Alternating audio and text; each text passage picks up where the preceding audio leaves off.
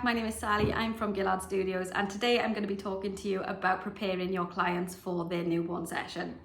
So why would you need to prepare your clients? Well, failure to prepare is preparing to fail, and you're going to set yourself up for a really hard and awkward session if you're not communicating everything with your clients in advance.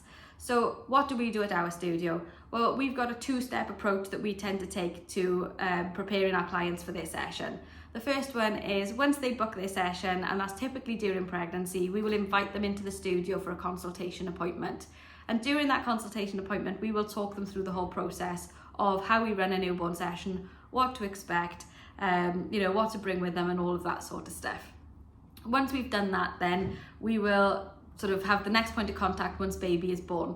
And once baby is born and we confirm that date in our diary, we send out an email with a questionnaire and a PDF of the guidance, and that guidance is a summarization of all the information that we've discussed at the consultation, because typically there's been a couple of weeks or perhaps a couple of months since we saw them last, so it's just a refresher of that information. And the reiteration just shows just how important that information is to give to your client then, which makes them take it a lot more seriously, because obviously they want a successful session as well. And doing that consultation, it gets them excited, it gets them looking forward to working with you, and it helps you build that relationship with them, which is really, really important. Now, if you haven't got a studio space, you can do this over the phone or you can do it via a video chat, but you can absolutely still hold a consultation and a chat with your clients before the session actually takes place.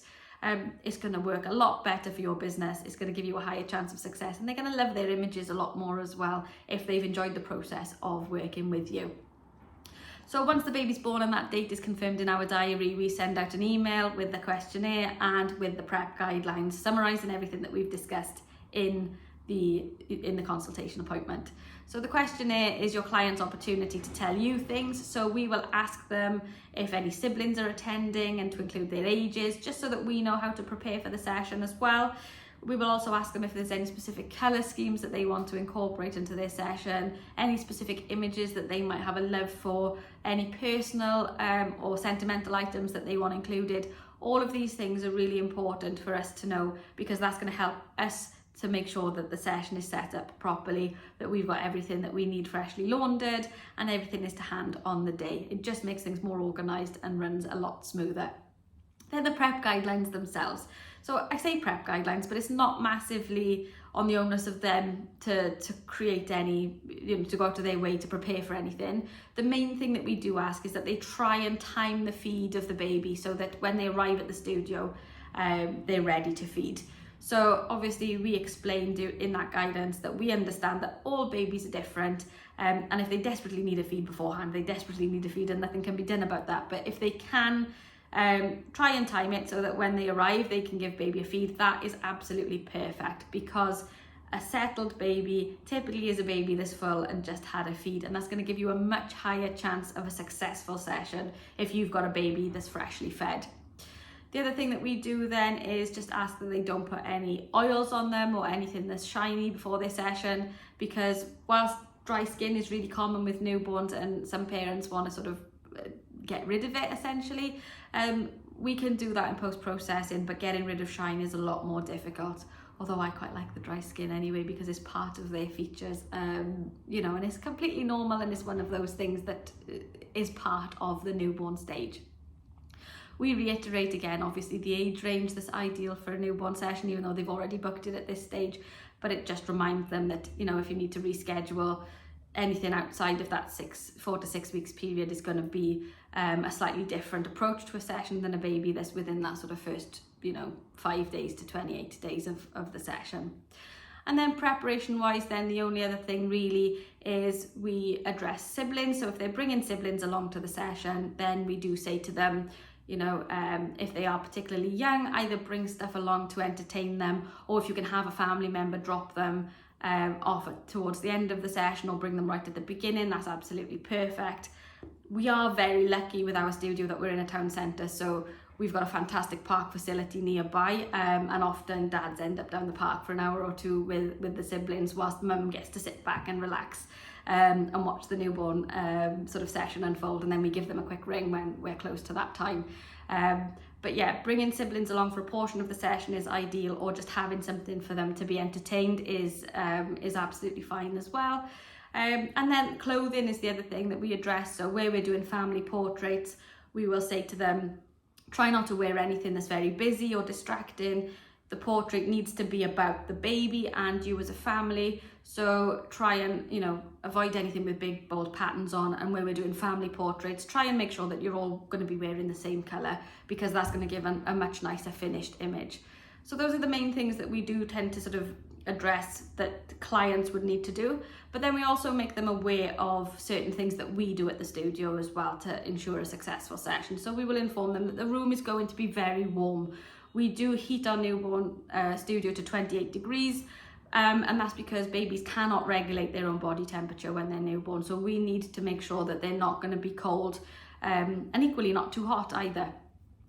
We explain that, we know how to spot for signs of them getting colder or too warm, but around 28 degrees is the perfect temperature, which for winter babies, as you can imagine, is a big shock to the system for the parents when they come in from what might be potentially -5 on the deepest of winter days in the UK, but around that 0 is normal, and then in their jumpers and their coats and everything, and then they come into the studio and it's 28 degrees. So we need to make sure that they're completely aware that when they come into the studio, it could be absolutely Baltic outside, but it is not going to be cold when they do come into the studio. We also let them know things like we keep snacks here at the studio, and we ask them if they've got any dietary requirements, just to make the whole experience a lot more enjoyable for them. And we explain that the session can take anything from 2 to 4 hours because we work at baby's pace. So for some babies, they might feed, they might go into a deep sleep quite quickly, and you might be able to work through your pose-in flow in a relatively short amount of time, because the actual photographing of the baby isn't something that's very time heavy. It's everything that's around that takes the time. But then you might have a baby that feeds but takes an hour or so to settle off to sleep, and that's completely fine too. So we also want to make sure that our clients don't feel like if their baby's taking a bit longer to go to sleep that they are a burden or anything like that. It's a completely relaxed environment, and it's just a longer opportunity for them to be able to relax with a cup of tea and some snacks if their baby is taking a bit longer to go off to sleep. So it's all about making your clients feel reassured, comfortable and happy about coming into your studio. We also can make accommodations as well, and we make note of that. So if mums are breastfeeding, we just say that, if you need any extra pillows or anything like that, feel free to ask. We have plug sockets nicely accessible, so a lot of mums might want to pump during the session. That's absolutely fine as well. We will provide them with anything that they need for that. And we just reiterate that to them just to give them that confidence in us that we know what we're doing when it comes to working with babies. The other thing as well is obviously we are, they're with us for a long time, and often we are the first morning out. And so that's the other thing. We only do our sessions during a morning period. So anything from 2 to 4 hours, and we ask them to arrive at 10 a.m. And we understand that is probably their first morning appointment. So just turn up in their pajamas. We tell them, we are not worried about anything like that. We want the process to be as comfortable and a nice experience for them. So come along in their jammies, bring their makeup along. We will provide, plug sockets, mirrors, whatever they need to get ready for their portraits. But being able to enjoy the process and not be stressed is really important, because once you've got parents that are starting to get stressed, the baby will pick up on that, and that's going to have a negative impact on your session then. Whereas if we've got parents that are completely chilled about everything, baby's going to relax a lot more, and your images are going to be, a lot better. So that's really, really important. And that's what the prep guidelines are there for, is to just make your clients feel really at ease with you. We also have a sickness policy in there as well, which I think is reassuring to parents. It can be, obviously an inconvenience if you as a photographer are unwell, but it's really important, especially after the pandemic and everything that went on over the last couple of years, that we are really firm on that. So we've got in our guidance that if we are sick, we will not photograph on that day. It's really important that we don't pass on any germs to any new babies. That's absolutely vital. So we say that we don't arrive at the studio until around 8:30 in the morning. So what we would do is we would email the client if we need to cancel before 8 a.m. on the morning of their session, to give them enough time to obviously not travel down. So that's really, really important as well. Making sure that you don't photograph babies sick. You would reschedule on that basis, not to pass on any germs. And ask as well the same of them. If baby's unwell or unsettled for any reason, then say that it's absolutely fine for them to rearrange that appointment. And we are more than understanding of that as well. We would much rather a baby come down when they're settled than have to try and explain to parents that they're not well, so that the actual session isn't going to progress, you know, in the way that we would like, because under no circumstances are we going to make a baby uncomfortable during their session. We're not going to force any poses or anything like that. The other thing that we say is, if they do come to their session and baby happens to be very unsettled, which isn't particularly common, but it can happen, then we again wouldn't force anything. We would just say to the parents, look, we can see the baby's not settling really well today. It might be that they've got a bad tummy, a bit of colic developing, constipation or anything like that. So what we would do is, rather than try and wait around until, you know, for 6 hours or try and force poses or anything like that, then we would call the session and say, look, we'd rather you come back on a day where baby's feeling a little bit better and we've got a much higher success rate of getting, you know, some nicer and better images then.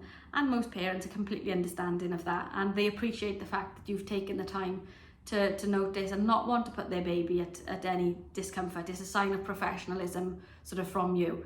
That said, if you've got a baby that's just alert and they're not unwell or uncomfortable in any way, then, you know, the session can proceed, and it might be that you do a little bit of wrapping or just alter the session a little bit, and they might fall off to sleep further down the line into the future.